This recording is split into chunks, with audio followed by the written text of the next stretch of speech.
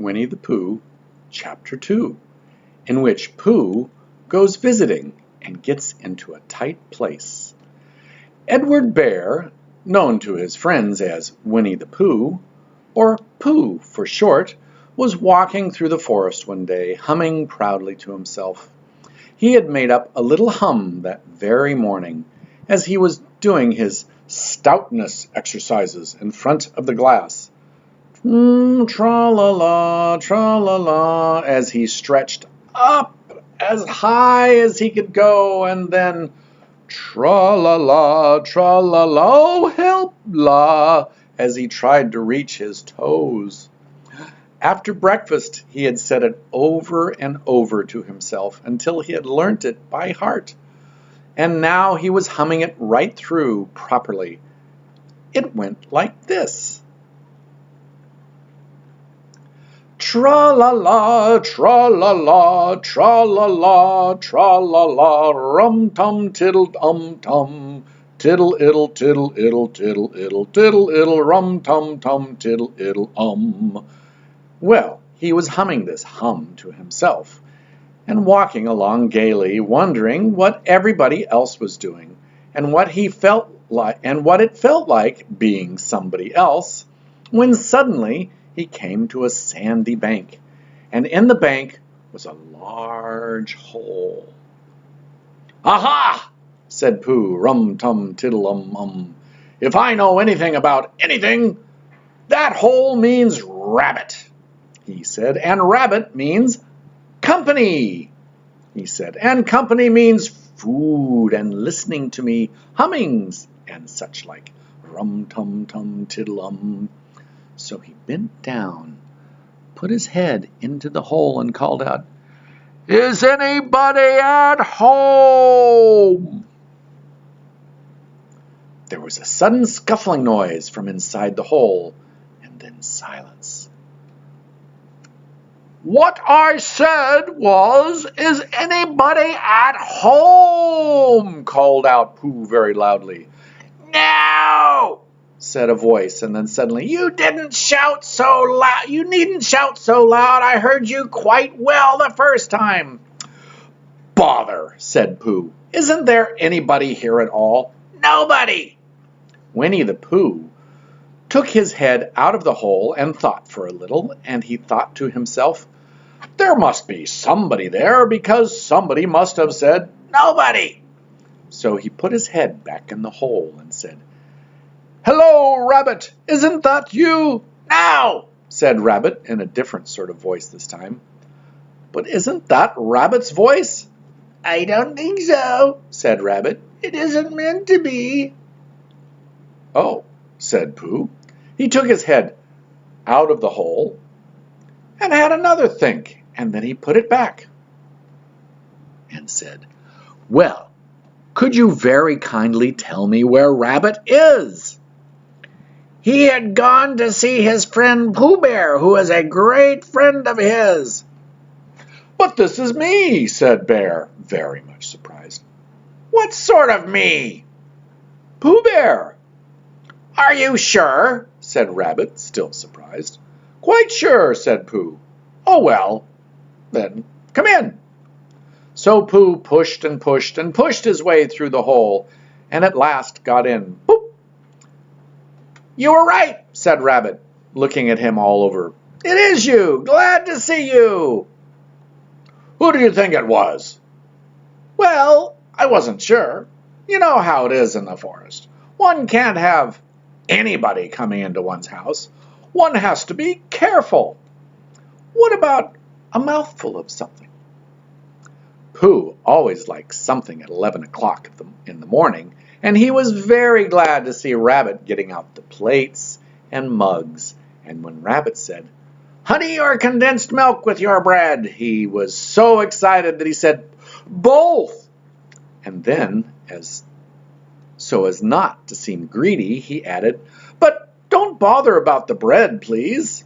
And for a long time after that, he said nothing, until at last, humming to himself in a rather sticky voice, he got up, shook Rabbit lovingly by the paw, and said that he must be going. "Must you?" said Rabbit politely.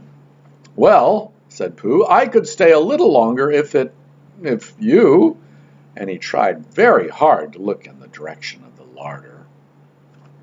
"As a matter of fact," said Rabbit, "I was going out myself directly." "Oh, well then, I'll be going on. Goodbye." "Well, goodbye, if you're sure you won't have any more." "Is there any more?" asked Pooh quickly. Rabbit took the covers off the dishes and said, no, there wasn't. "I thought not," said Pooh, nodding to himself. "Well, goodbye, I must be going on."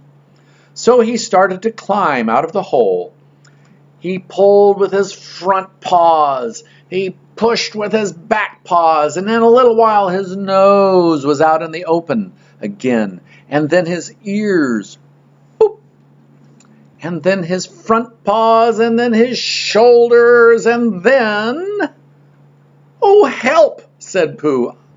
"I'd better go back." "Oh, bother!" said Pooh. "I shall have to go on." "I can't do either," said Pooh. "Oh, help and bother!" Now by this time Rabbit wanted to go for a walk too, and finding the front door full, he went out by the back door and came around to Pooh and looked at him. "Hello! Are you stuck?" he asked. "No," said Pooh carelessly, "just resting and thinking and humming myself." "Here, give us a paw." Pooh Bear stretched out a paw, and Rabbit pulled and pulled and pulled. "Ow!" said Pooh. "You're hurting." "The fact is," said Rabbit, "you're stuck." "It all comes," said Pooh crossly, "of not having front doors big enough." "It all comes," said Rabbit sternly, "of eating too much." "I thought at the time," said Rabbit, "only I didn't like to say anything," said Rabbit, "that one of us was eating too much," said Rabbit. "And I knew it wasn't me." He said, "Well, well, I shall go and fetch Christopher Robin." Christopher Robin lived at the other end of the forest, and when he came back with Rabbit and saw the front half of Pooh, he said, "Silly old bear," in such a loving voice that everybody felt quite hopeful again. "I was just beginning to think," said Bear, sniffing slightly, "that Rabbit might not be able to use his front door again, and I should hate that," he said. "So should I," said Rabbit. "Use his front door again?" said Christopher Robin. "Of course he'll use his front door again." "Good," said Rabbit. "If we can't pull you out, Pooh, we might push you back in." Rabbit scratched his whiskers thoughtfully and pointed out that once Pooh was pushed back, he was back, and of course nobody was more glad to see Pooh than he was. Still, there it was. Some lived in trees and some lived underground, and... "You mean I'd never get out?" said Pooh. "I mean," said Rabbit, "that having got so far, it means a pity to waste it." Christopher Robin nodded. "Then there's only one thing to be done," he said. "We shall have to wait for you to get thin again." "How long does getting thin take?" asked Pooh anxiously. "About a week, I should think." But I can't stay here for a week." "You can stay here all right, silly old bear. It's getting you out which is so difficult." "We'll read to you," said Rabbit cheerfully. "And I hope it won't snow," he added. "And I say, old fellow, you're taking up a good deal of room in my house. Do you mind if I use your back legs as a towel horse? Because, I mean, there they are, doing nothing, and it would be very convenient just to hang the towels on them." "A week," said Pooh gloomily. "What about meals?" "I'm afraid no meals," said Christopher Robin, "because getting thin quicker. But we will read to you." Bear began to sigh.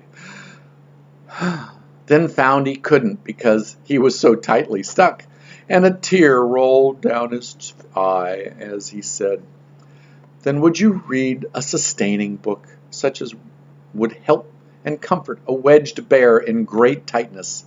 So for a week Christopher Robin read that sort of book at the north end of Pooh. And Rabbit hung his washing on the south end, and in between Bear felt himself getting slenderer and slenderer. And at the end of the week Christopher Robin said, "Now!"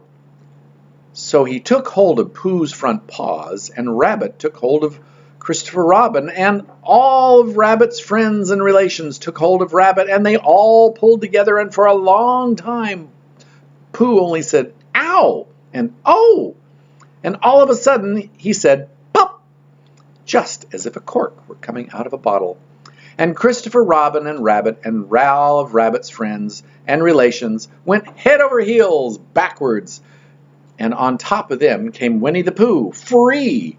So with a nod of thanks to his friends, he went on with his walk through the forest, humming proudly to himself.